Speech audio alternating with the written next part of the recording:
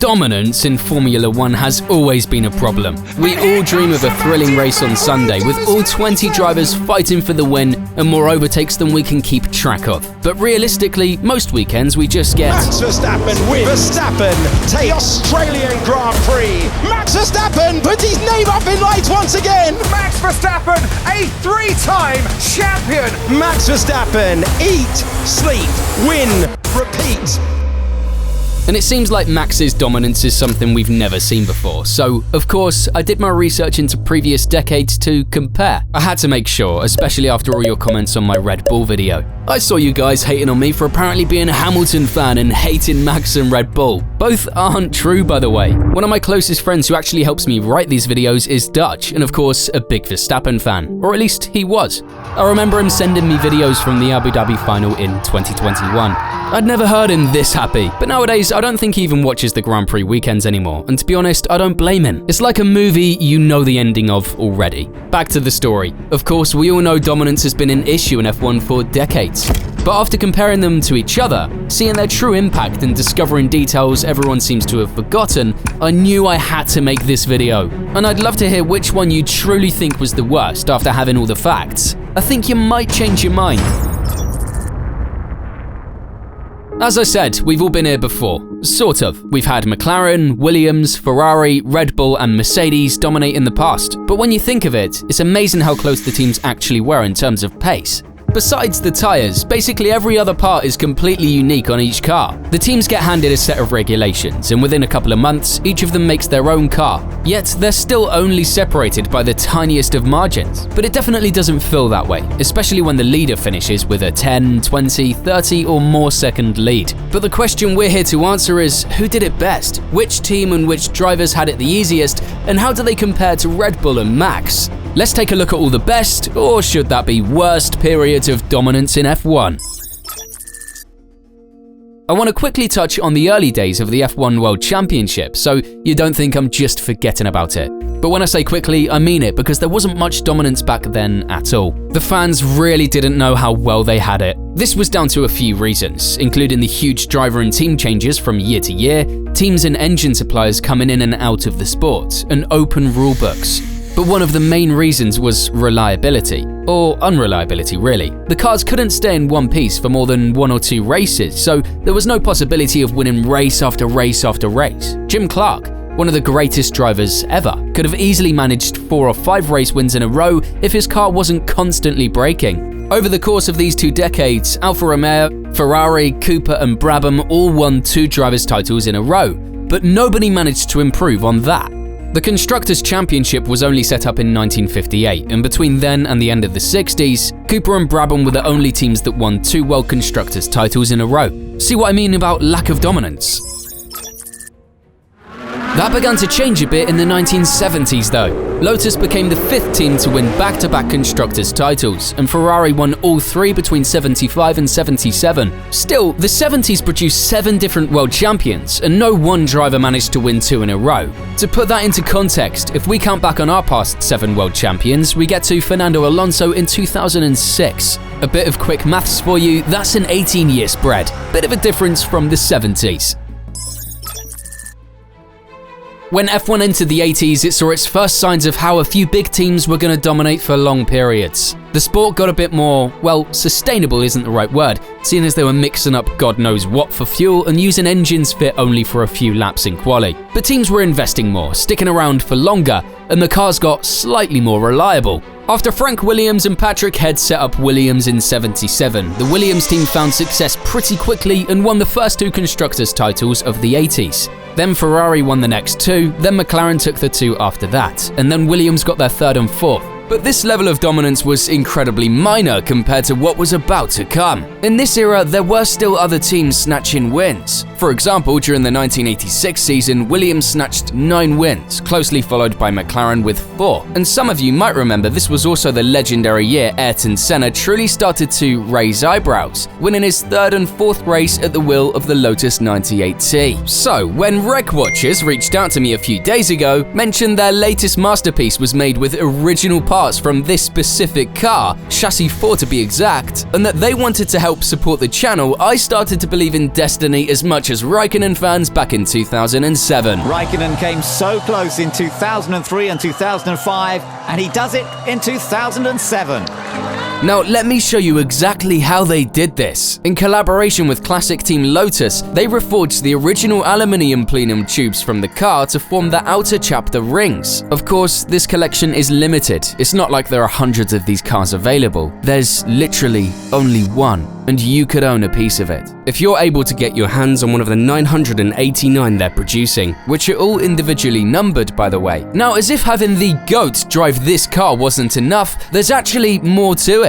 The 98T Chassis 4 is widely regarded as the ultimate F1 turbo car due to the massive power output in quad trim, and was also the very last black and gold John Player special liveried car in F1. They've been working on the design of this timepiece for nearly 2 years. Yeah, just on the design alone. The case construction is incredibly sleek, despite the chronograph complication, due to the glass box design. Across the watch, you'll find many design references from the car, perhaps most notably the black and gold color tones, the large 12 on the rotor, and the movement backplate decoration resembling the Renault EF15B engine. This timepiece is Swiss-made and powered by an in-house developed vertically operated chronograph movement with a 62-hour power reserve. Now listen, I'm not sure how familiar you are with watches, but having lived in Switzerland myself, I know how incredibly hard it is to break into the Swiss-made industry. And don't even get me started on in-house movements. If you want to know more about REC and benefit from a 20% discount on pre-orders, check out the link in the description of this video. And thank you once again to REC Watches for supporting the channel. So between 1980 and the end of 87, the Big Three had taken 8 constructors' titles. But the first signs of real dominance only pop up when you look at the drivers.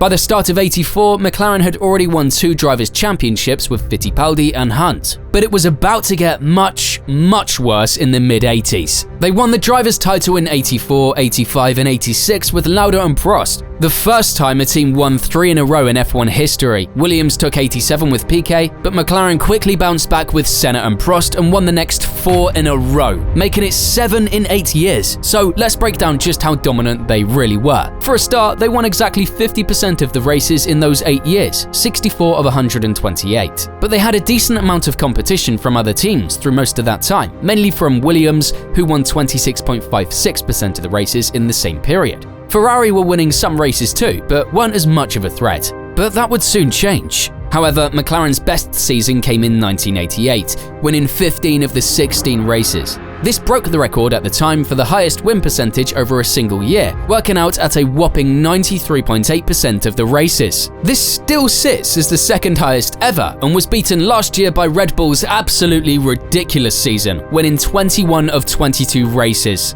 That's 95.5%. But to be fair, even in the McLaren days, the fans had a choice of who to cheer on for the win. There was Prost, Lauda and Senna, who all tallied up all of those victories over the dominant years. Even in 88, it wasn't one-sided, as the 15 wins were split between Prost and Senna. And then you had Piquet and Mansell taking wins for Williams, so the races still had their fair share of unpredictability, making them exciting to watch. To zoom in on the 88 season for just another moment, the main reason that McLaren were successful was because they partnered with Honda that year to power their cars. The Japanese engines, a small 1.5-litre V6 turbo, turned out to be the best on the grid by a mile, and the MP44 was pretty much untouchable. This didn't exactly please Frank and his Williams crew, who were left with a pretty slow Judd engine. Oh, and it helped that McLaren had 2 of the best drivers on the grid piloting their cars too. Williams jumped ship to Renault engines in 89 after just 1 season and was back to being competitive again. Now, Williams decided it was their turn to shine, and won 5 of the next 6 constructors' titles. Benetton burst their bubble in 95 though.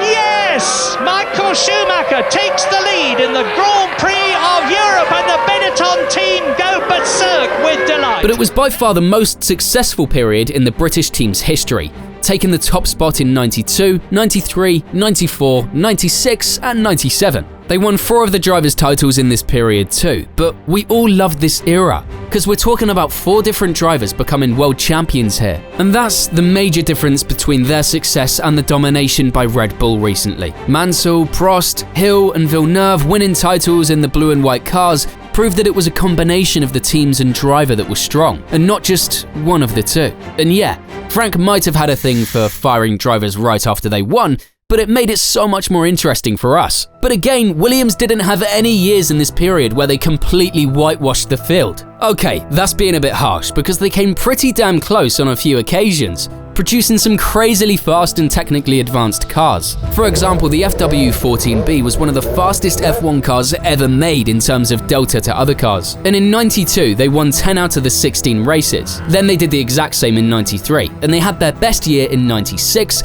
winning 12 of the 16. Remember though, the key point here is that different drivers were winning, and they had other teams and drivers right on their heels, genuinely outpacing them here and there every season. So competition-wise, the fans were happy and the sport was in good order all through the decade. But the same can't be said for what was around the corner.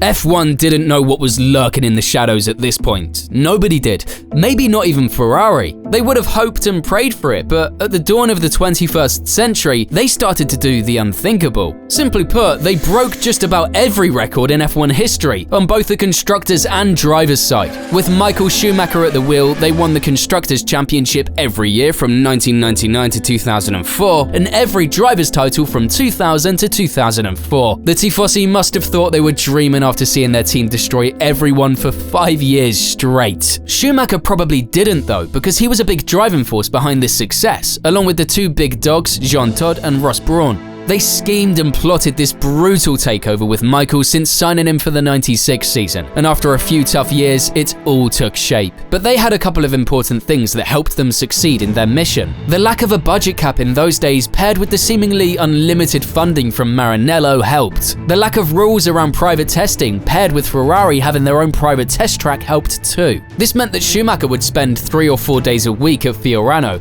pounding in around 100 laps a day in his F1 car, getting all the info they could possibly need, and more. Teams can't do this now. It actually makes Mercedes and Red Bull's success even more impressive, as they're mainly relying on simulations to do the work for them. It's a strange way to build a car, but they have no choice. Either way, Ferrari dominated. It was most obvious in 2002, when they won 15 out of the 17 races, putting them 3rd on the all-time list for the highest percentage of wins. They weren't half bad in 2004 either, winning 15 of the 18 races. I'm not gonna lie though, this period was pretty dull. Scratch that. Extremely dull. Everyone was hearing the German and Italian national anthems when they closed their eyes at night. And it didn't do much good for the popularity of the sport. But like all good things, it came to an end in 2005, and the Tifosi have been searching for that same feeling of elation ever since. I truly feel for you, to be honest, but you know what they say. Maybe next year, right?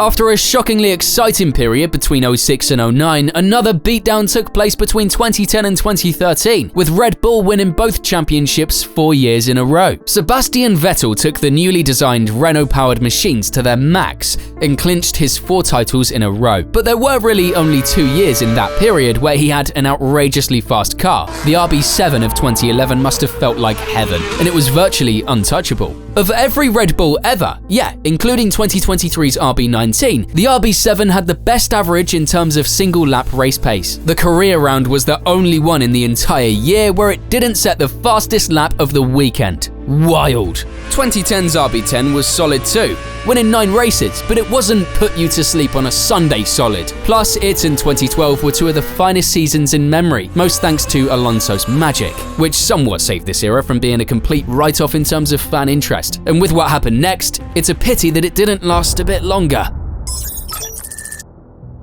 Their 4 years in the spotlight must have stirred something up in the Mercedes headquarters that made them push extra hard, because when the regulations changed in 2014, bringing in the V6 turbo hybrid, the Silver Arrows were in a league of their own. I mean, when watching a Grand Prix, you'd think that anyone in the race who wasn't Hamilton or Rosberg was driving an F2 car. It was really that bad. They pushed really hard in the years leading up to 2014 to get these hybrid engines brought in, and that's because they were already developing them before the new regs even got finalized. So by the time they did, Team Toto were on another planet, and their bonkers budget helped too. Who else has ever spent over $510 million developing one Formula One car? And oh yeah, over $150 million of that was on the engine alone. Just think about that for a second. That's way more than the entire budget cap for an entire season at the minute, just on the engine. Speaking of way more, there's way more I could talk about here, so let me know if you'd like to see a full video on this. Anyway, this crazy advantage continued all the way through 2020, and they had some real standout cars during that time. The F1 W05 Hybrid, their first attempt at the new regs in 2014 that they threw all their efforts at, took 16 wins and 18 poles in 19 races. And disappointingly for their rivals, and for us, the W06 in 2015 picked up the exact same number of wins and poles too. It didn't stop there, because the W07 from 2016 took 19 wins and 20 poles in 21 races. And if Lewis and Nico didn't take each other out in Barcelona, it likely would have made that number even more insane. I mean, winning 90.5% of the races that year was insane, but it's still behind Red Bull's 2023 stats. So by the end of 2020, F1 fans had well and truly sat through the most dominant spell in the history of the series. Let's not lie, it was terrible. The one saving grace was the one and only, the man who beat Lewis in equal machinery, but when he packed his bags out of nowhere and Bottas took his seat, Lewis could basically lie back and put his feet up for 4 years straight. He wiped the floor with Bottas, and even in races when Valtteri was beating Lewis, we got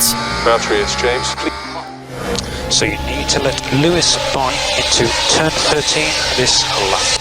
I never want to see those races ever again. It wasn't always dreadful though, because Ferrari and Vettel did challenge Lewis in 17 and 18, but ran out of steam halfway through the year. I don't want to mention Hockenheim 2018, but, well, that was kind of a turning point too. But there's no denying that Mercedes absolutely nailed it. The advantage they started with in 2014 just kept carrying over year after year, until they were, controversy alert, disadvantaged in 2021 by a rule change. Which brings me to the next team.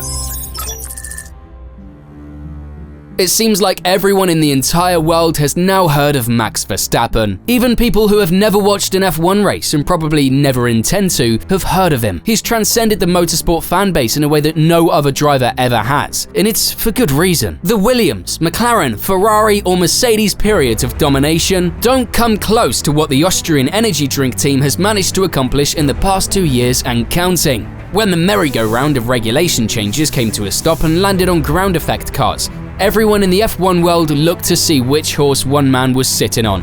And that man was Adrian Newey. Now, Newey wasn't the only reason for their success, obviously, but he sure is a pretty big one. His knowledge of ground effect is mind-blowing, and he put it to good use in 2022. The RB18 won 17 out of 22 races, equaling 77% that year. But he put his know-how to even better use in 2023 when the RB19 won 21 out of 22 races, 95.5% of the entire season. It's no exaggeration to say that 2023 was unlike any other F1 season. We were left scratching our heads trying to remember a more one-sided season, but the reality is, there never was one, especially when it was Max doing all the winning. I mean, if Checo had won a few more, it might have been a bit more entertaining. Everyone loves a good intra-team battle, right? But no. Max just broke countless records, including the one he already held for most race wins in a season, increasing his 15 from 22 to 19 in 23. Most consecutive wins with 10 in a row, most points in a single season by a driver. The list just goes on and on. As I mentioned, the advantage that Mercedes had in 2014 carried forward for many years, and it looks like the same is going to happen now, certainly until the end of 2025 anyway, before the new regs land in 26. Rule changes have a tendency to shake things up, but they also give teams a chance to gain a huge advantage over rivals, which is what has led to the past 3 periods of domination. 2021 saw convergence when the regs got older. It genuinely took Red Bull 7 years to catch up to Mercedes. It's just a part of motorsport, really, and as long as teams have to produce a unique car every year, there's always going to be someone who does it better than the others. But it shouldn't have to be to this extent. And yeah, they don't make brand new cars every year, but just look at the World Endurance Championship. Even without their balance of performance, there wouldn't be one team miles ahead of the rest. IndyCar's the same. The teams are just closer, and this series does more to make it exciting. And F1 doesn't help itself. It's a turn-off to see the same person win every weekend in any sport. It doesn't matter how much you support them, and it's the same story here. Unfortunately, we're living through a bad patch of it at the moment, and in my opinion, the worst one that the sport has ever experienced in terms of pure dominance. And who knows how long it will last. I don't care if Red Bull keep winning, but let's hope it gets a lot tighter at the front of the grid. We need it, and F1 needs it. Even though constant rule changes look like a potentially quick solution, I think they end up making matters worse in the long run, but a way of fighting it would be to open up more parts of the rulebook so that teams can focus their strengths on certain areas, use their mighty engineer brains and come up with something outside of the box. I just made a video on the craziness of F1 in the 70s, and back then they had 6-wheeled cars, loads of different design ideas and plenty of engine suppliers. And the competition was never more exciting. Or, hear me out, how about this for a quick and easy solution? Let a second tyre manufacturer join and have another all-out tyre war, because at the moment teams are tied to finding ridiculously small gains in the areas they're told they can work with.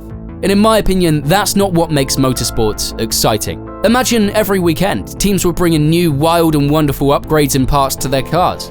I think we'd be on the edge of our seats with excitement. And no, I didn't forget about the budget cap. They just have to reprioritize, spend less money on catering or something. But I'm not employed by the FIA or Formula 1 just yet, so I probably shouldn't give away all my brilliant ideas for free. But there's so much more to Red Bull's recent dominance than meets the eye, and it's having drastic consequences on our sport. I actually broke down all the reasons why they're so far ahead, from infrastructure, drivers, and regulations to some of the much lesser known aspects. So if that sounds interesting, because it is, then click here to watch the full video.